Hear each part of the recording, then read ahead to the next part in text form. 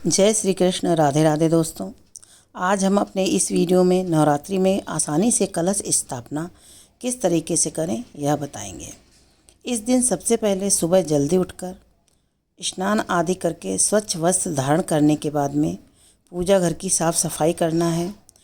उसके बाद में माता रानी की पूजा कर उन्हें लाल चुनरी वस्त्र आदि फल फूल मिठाई से उनका पूजन करें। कलश स्थापना के लिए लकड़ी की चौकी में लाल कपड़ा बिछाएं। उसके बाद में आप आटे से अष्टदल या फिर चौक बनाकर उसके ऊपर जिस मिट्टी के बर्तन में आपको जौ बोने हैं उसका पूजन करेंगे। रोली सिंदूर द्वारा उस बर्तन का पूजन करने के बाद में हम उसमें साफ़ मिट्टी डालेंगे। मिट्टी आप अपने बगीचे वगैरह से ला सकते हैं, मिट्टी शुद्ध होनी चाहिए। मिट्टी डालने के बाद में उसमें हम रात भर भिगोए हुए जौ डालेंगे। जौ को अच्छी तरह से मिट्टी में मिलाकर डालना है, ना कि ऊपर ऊपर से डाल देना है। जौ को अच्छी तरह से डालने के बाद में हम मिट्टी का कलश लेंगे। बहुत सारे लोग होते हैं कि पीतल या फिर स्टील का कलश भी ले लेते हैं, लेकिन नवरात्रि पूजन में मिट्टी का कलश लेना ज़्यादा शुभ होता है।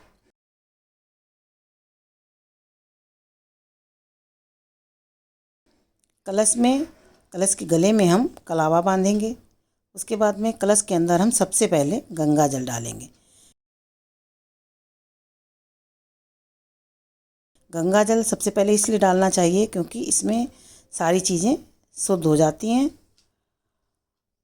इसके बाद में हम कलश में सुपारी, लौंग, पान, इलायची, अक्षत, कुछ सिक्के, शहद, इत्र और बतासा डालकर कलश में शुद्ध जल डालेंगे। इसके बाद कलश में स्वास्तिक बनाएंगे। उसमें आम के पत्ते लगाएंगे। आप आम के पत्ते 5, 7 या फिर 11 भी ले सकते हैं।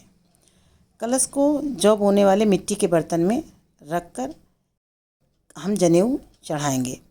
कलश के साथ में ही एक मिट्टी का छोटा सा बर्तन भी आता है जिसमें हम चावल भरेंगे। उसको कलश के ऊपर रखकर नारियल को चुनरी से लपेटना है, क्योंकि इसे देवी माँ का प्रतीक माना जाता है। नारियल रखते समय यह ध्यान रखें कि नारियल का ऊपरी भाग बाहर की ओर हो। कलश के साथ में ही हमें गौरी माता को भी स्थापना देनी है वहीं पर, क्योंकि गणेश जी के साथ में गौरी माता को ज़रूर बिठाना चाहिए। इसके बाद में हमें गणेश जी और गौरी जी की पूजा अर्चना करनी है। पान, सुपारी, इलायची, फल फूल, मिठाई, इन सब से हमें गौरी गणेश का पूजन अर्चन करना चाहिए। इसके बाद में हमें कलश के पास सुबह शाम घी का दीपक ज़रूर जलाना चाहिए। अगर आप अखंड ज्योत जलाते हैं तो आप अखंड ज्योत जलाएं, नहीं तो आपको सुबह शाम दिया ज़रूर कलश स्थापना हो जाने के बाद में दोनों टाइम आपको जलाना है। जब आप कलश स्थापना कर लें, इसके बाद में आपको जो भी पूजा अर्चना करनी हो, पाठ वगैरह, वो आप कर लें। इसके बाद माता रानी की आरती करिए। अगर वीडियो आपको पसंद आया हो तो लाइक करें, शेयर करें और हमें सब्सक्राइब करना ना भूलें। धन्यवाद।